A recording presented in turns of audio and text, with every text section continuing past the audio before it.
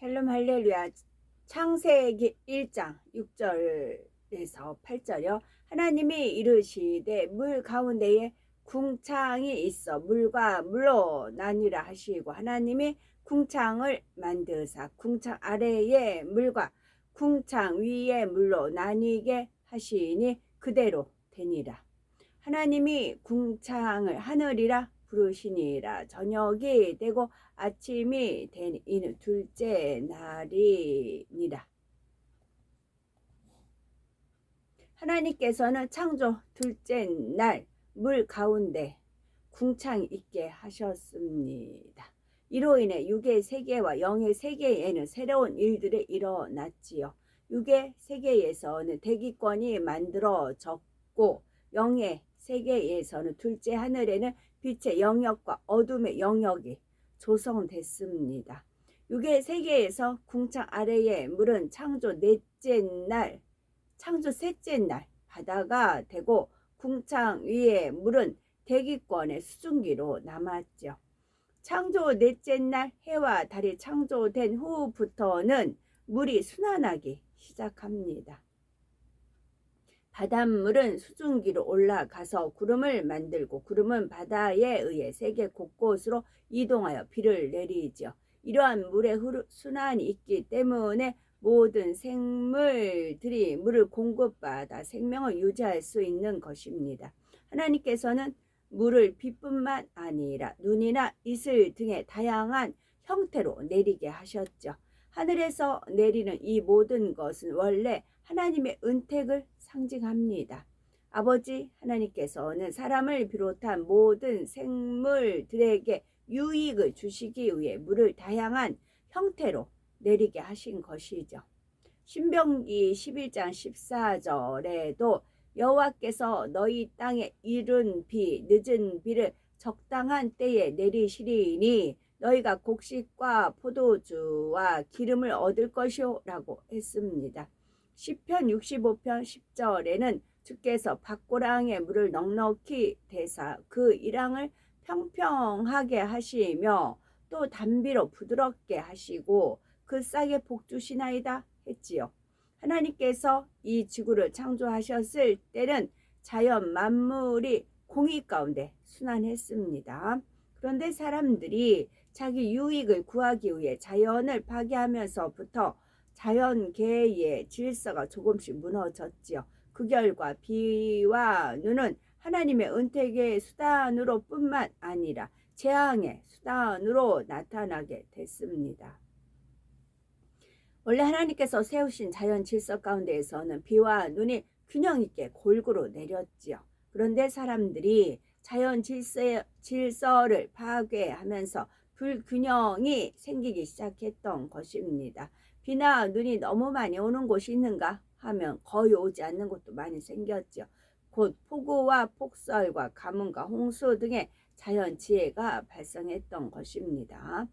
사람들이 자연 질서를 아무리 파괴해도 하나님께서 정해 놓으신 이 땅의 근본 공의는 흔들리지 않도록 하나님께서 붙들어 주십니다. 예를 들면 칠레에 지진이 있었죠. 그때는 자전축이 조금 움직였다는 보도가 있었습니다. 그러나 그 정도는 아주 미세했지요. 아무리 자연재해가 심해진다 해도 인간 경자 기간 동안은 지구가 버틸 수 있도록 하나님께서 붙들어 주시죠. 또한 마지막 때 자연재해가 심해질수록 반대로 하나님의 권능은 더욱 빛을 발할 수 있는 여건이 됩니다.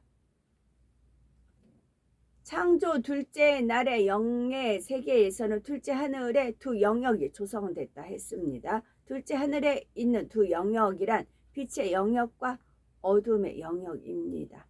빛의 영역 안에 에덴 동산과 어둠의 영역은 서로 맞닿아 있음을 나타내는 성경 구절이 있습니다. 서로 맞닿아 있다는 것은 경계선을 중심으로 해서 한편은 어둠의 영역이요 한편은 에덴 동산이라는 의미이지요. 그래서 하나님께서는 경계선이 되는 곳을 지키게 하셨습니다. 창세기 3장 24절에 이같이 하나님이 그 사람을 아담과 하와를 쫓아내시고 그 사람을 그러니까 아담과 하와를 쫓아내시고 에덴 동산 동편에 그룹들과 두루 도는 화영검을 두어 생명나무의 길을 지키게 하시니라 했지요. 길목을 지킨다는 것은 그 길목에 침투할 수 있는 존재가 있다는 의미입니다. 그런데 성경에 보니 분명 하나님께서 에덴 동산 동편을 지키게 하셨다고 했습니다. 더 구체적으로 에덴 동산에 있는 생명나무의 길을 지키게 하셨지요. 이는 누군가가 생명나무를 노릴 수 있음을 의미합니다. 창세기 3장 22절에 보면 하나님께서 그가 그 손을 들어 생명나무 실과도 따먹고 영생할까 하노라 말씀했지요. 여기서 그란 바로 범죄한 아담을 가리킵니다. 아담은 하나님의 명을 어기는 불순종의 죄를 범했지요. 그 결과 죄의 싹슨 사망이라는 영계의 법에 의해서 영생할 수 없게 됐습니다. 생명은 나무 실과를 따먹으면 영생할 수가 있습니다. 에덴 동산에 오랫동안 살았던 아담은 이 사실을 알고 있기에 생명은 나무 과실을 따먹을 수도 있지요. 그래서 하나님께서는 아담을 에덴 동산에서 이 땅으로 내어 보내신 것입니다. 아담을 내어 보내신 후에도 하나님께서는 그룹들과 두루 도는 화영검으로 생명나무의 길을 계속 지키게 하셨죠. 이는 바로 악한 영들이 생명나무 실과를 따먹지 못하게 하기 위함입니다. 여기서 잠깐요. 이제 제가 느낌이 오는 건 뭐냐면 아담이 이제 에덴 동산에 빛의 영역이 있었는데 내보냈다고 했어요. 육의 사람으로 변했어요. 근데 이제 처음에 성령을 받고 은혜가 충만해요. 그러다 보면 마음이 교만을 해졌어요. 그럼 하나님이 그 빛을 다 걷어가요. 그럼 육의 사람이 바뀌어요. 이 땅에 이제 아담 내쫓듯이. 그럼 그 사람한테 빛을 거두면 그 사람 얼굴이 어떤 얼굴일까요? 형상이 거의 마귀 형상이 돼버려요. 얼굴이. 그런 케이스들이 있어요. 분명히 젊었을 때는 성령 충만하고 뭐 은사 쪽으로 뭐 그렇게 해요. 근데 한계를 어떤 선을 뛰어넘었다. 여기서도 선을 넘었다. 경계선을 넘었다. 하면 이제 빛을 거둬요. 그럼 어둠, 원수마귀 사단이 사로잡아요. 그 다음에 육의 사람이 돼요. 반대로 육의 사람이에요. 술에 쪄들고 뭐에 쪄들고 뭐 그런 사람이 있어요. 근데 성령을 받았어요. 그리고 회심을 했어요. 그리고 계속 빛 가운데 살려고 막 바둥거려요. 그 다음에 이 사람 얼굴은 빛으로 쌓이는 거죠. 그래서 이 사람 얼굴은 평안한 얼굴이 빛을 발할 수 있고 그렇게 돼요. 그것도 자유의지요. 내가 이 땅은 빛과 어둠, 이제 에덴 동산도 빛의 영역이 있고 어둠의 영역이 있다고 했어요. 이 땅도 마찬가지예요. 우리가 지구 이 땅에서도 내가 빛의 영역을 거하느냐 어둠의 영역을 거하느냐 그건 자유의지예요. 주 예수 그리스도한테 와서 성령을 의지하면서 도움을 받아가면 빛 가운데 거하는 것이고 내가 잘났다 그러면서 하면은 육에 속한 어둠에 거하는 것이고 그렇게 돼요. 자유의지입니다. 그래서 심판날에 그 누구도 핑계댈 수가 없고 변명될 수도 없고 그래요. 정확하게 증거제로 정확하게 제시를 합니다. 그렇기 때문에 그 누구도 변명할 수 없어요. 그래서 주여 주여 하는 자마다 주님께서 나는 너를 도무지 모른다 라고 하실 수 있어요. 자유의지입니다. 악한 영들도 누구 때문에 그랬고 누구 때문에 그랬고 핑계 댈 수가 없어요. 악한 영들도 둘째 하늘에 있고 에덴 동산도 둘째 하늘에 있다 했습니다. 따라서 아담이 없는 에덴 동산을 악한 영들이 침노할 수도 있는 것입니다. 이런 이유로 하나님께서 그룹들과 두루 도는 화영 검으로 생명 나무의 길을 철저하게 지키게 하셨습니다. 이를 통해서 우리는 둘째 하늘의 빛의 영역과 어둠의 영역이 서로 맞닿아 있음을 알 수가 있습니다. 창조 둘째 날 궁창을 만드실 때 영의 세계에서는 이처럼 빛의 영역에는 에덴 동산이 어둠의 영역에는 악한 영들의 처소가 만들어졌죠. 그리고 둘째 하늘에는 이런 공간들 외에 또 다른 한 공간이 만들어졌습니다. 바로 육의 세계인 첫째 하늘과 영의 세계와의 완충지대 역할을 하는 특별한 공간이 있는데, 이 공간도 이때 함께 만들어졌지요. 이 특별한 공간은 시간의 흐름이 정지됐고 아무런 움직임도 없습니다.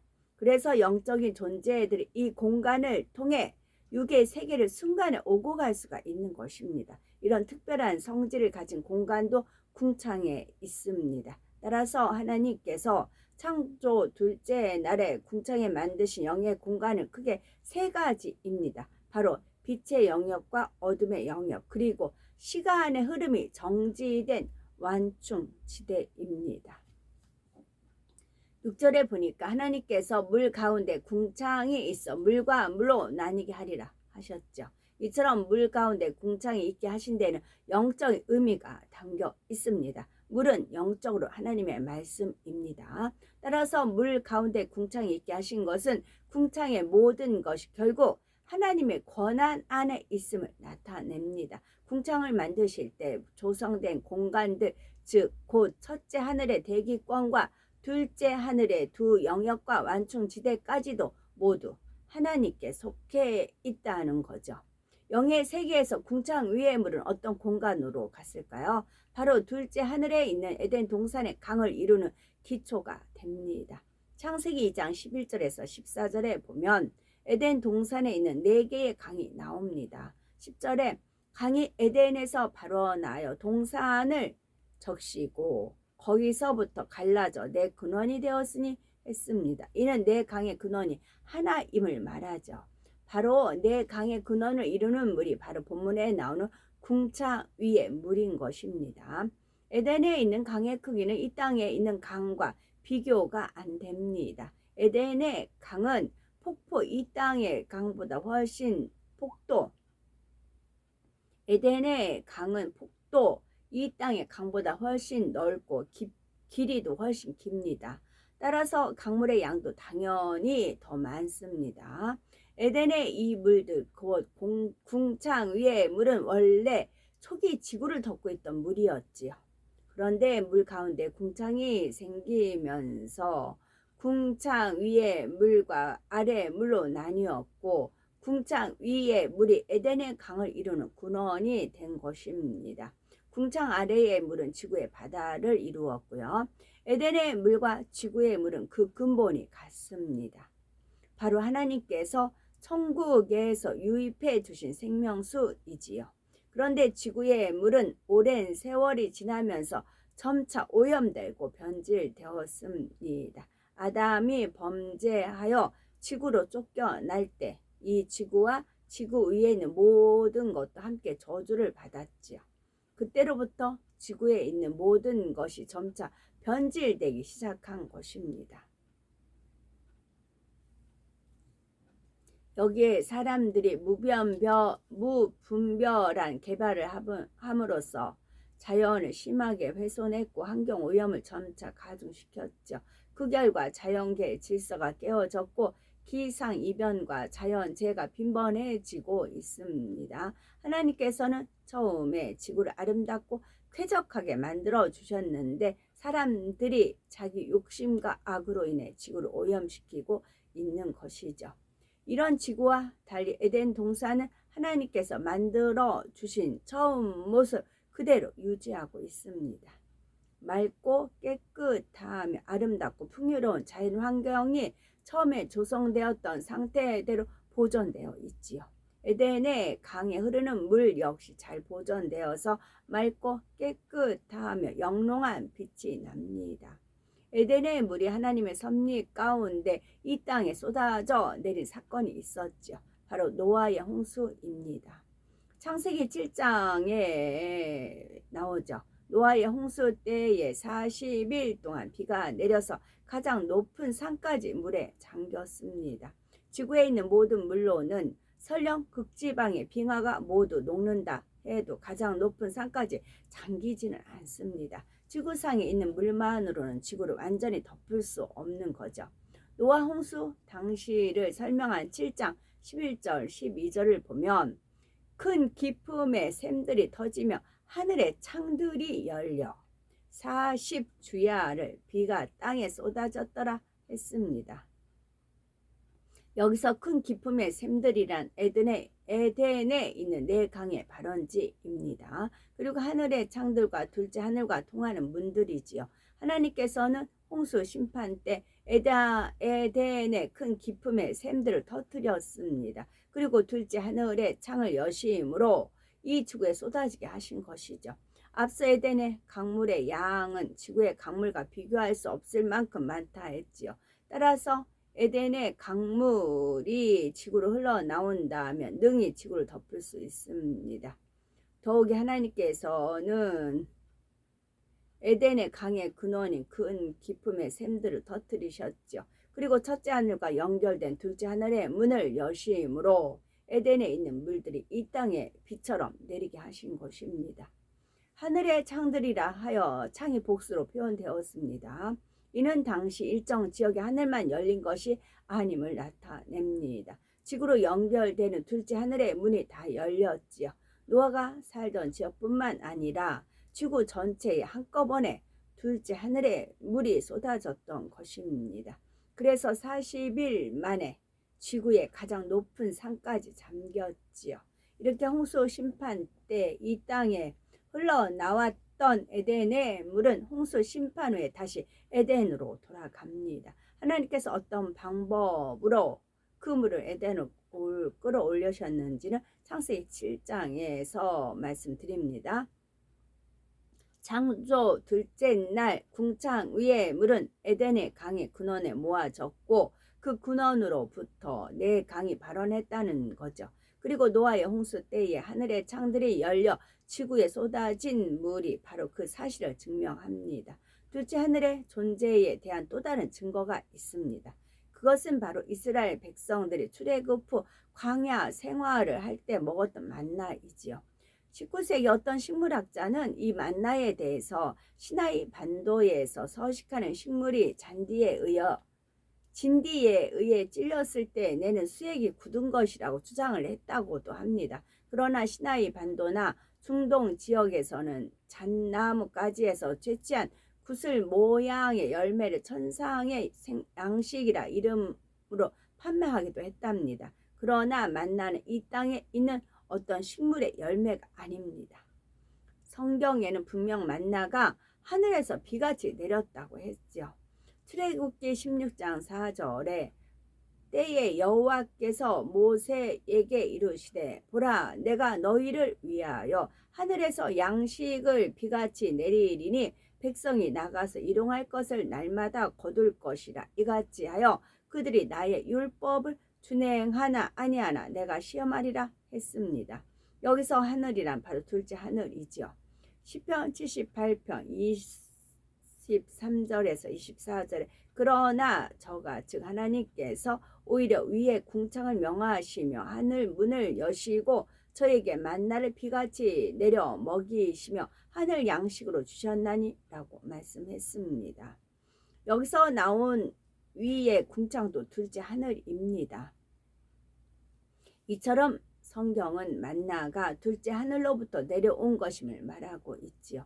하나님께서는 광야에 이슬이 내릴 때에 둘째 하늘 문을 열어 만나를 함께 내려주셨지요. 해가 뜨고 이슬이 마른 후에 보면 작고 둥글며 서리 같은 만나가 있었습니다. 이 만나의 모양은 진주처럼 생겼고 맛은 꿀 섞은 과자 같았지요. 이스라엘 백성들은 이 만나를 거두어서 맷돌이나 절구로 가루를 내어서 음식을 만들어 먹었습니다. 출애굽기 16장 35절에 보니 이스라엘 자손이 사람 사는 땅에 이르기까지 40년 동안 만나를 먹되 곧 가나안 지경에 이르기까지 그들이 만나를 먹었더라 했습니다. 하나님께서는 이스라엘 백성들에게 40년 동안이나 양식을 친히 공급해 주신 것입니다. 여호수아 5장 12절에 보면 그 땅 곧 가나안 땅 소산을 먹은 다음 날에 만나가 그쳤으니 이스라엘 사람들이 다시는 만나를 얻지 못하였고 그 해에 가나안 땅에 열매를 먹었더라 했습니다. 이것만 봐도 만나는 하나님께서 보내주신 것임을 알 수가 있지요. 이스라엘 백성이 가나안 땅에 들어가서 그 땅의 소산을 먹게 되자 정확하게 그 다음 날부터 만나가 내리지 않았지요. 그래서 다시는 만나를 얻지 못한 것입니다. 중동 지역을 여행하다 보면 만나라고 팔고 있는 식물이 있다고 합니다. 그것은 진짜 만나가 아니죠. 만나는 하나님께서 둘째 하늘에서 내려주셨고 이스라엘 백성이 광야 생활을 했던 40년 동안만 내렸습니다. 둘째 하늘에 있는 에덴 동산은 영의 세계에 속하지만 온전한 영의 세계는 아닙니다. 육의 사람이 본다면 볼 수 있고 만지고자 한다면 만져지는 영의 세계이지요. 그래서 만나가 둘째 하늘에서 내려온 식물임에도 육의 사람이 먹을 수가 있었던 것입니다. 예수님의 탄생 시 동방 박사들을 인도했던 별도 둘째 하늘의 별입니다. 마태복음 2장 9절에 박사들이 왕의 말을 듣고 갈새 동방에서 보던 그 별을 문득 앞서 인도하여 가다가 악이 있는 곳 위에 머물러 섰는지라 했습니다. 하늘의 별이 동방 박사들의 보조에 맞춰서 가다 서기를 반복했고 목적지에 다다랐을 때는 멈춰 섰지요. 이 별이 만일 첫째 하늘의 별이라면 천체의 질서를 깨트림으로 인해 엄청난 문제가 발생했을 것입니다. 첫째 하늘의 별들은 설정된 경로대로 질서 있게 운행하기 때문이지요. 따라서 당시 박사들을 인도한 별은 첫째 하늘의 별이 아님을 알 수가 있습니다. 하나님께서는 둘째 하늘의 별을 움직이심으로 첫째 하늘에는 어떤 영향도 주지 않았던 것입니다. 그리고 별이 움직이는 둘째 하늘에 공간을 열어서 박사들의 눈에 보이게 하신 것이죠. 하나님께서는 이러한 별의 이동을 우리에게도 보여주십니다.